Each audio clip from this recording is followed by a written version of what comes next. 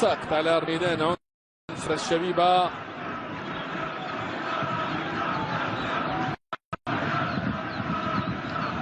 جرار هذه التسديدة الأخيرة طبعا. أنصار الشبيبة الزعامة بين أنصار النوادي الجزائرية على كل في حول هوية الفريق الأكثر تتويج في الجزائر. الشبيبة القبائل أم وفاق سطيف؟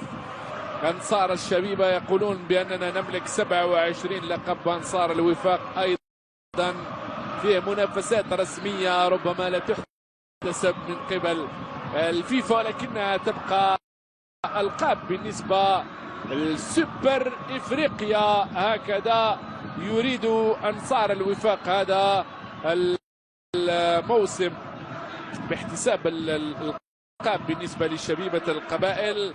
14 لقب للبطولة الوطنية، 5 كؤوس للجمهورية والسوبر الجزائري في 92، 20 لقب محلي يعني، وكذا 6 بطولات خارجية للشبيبة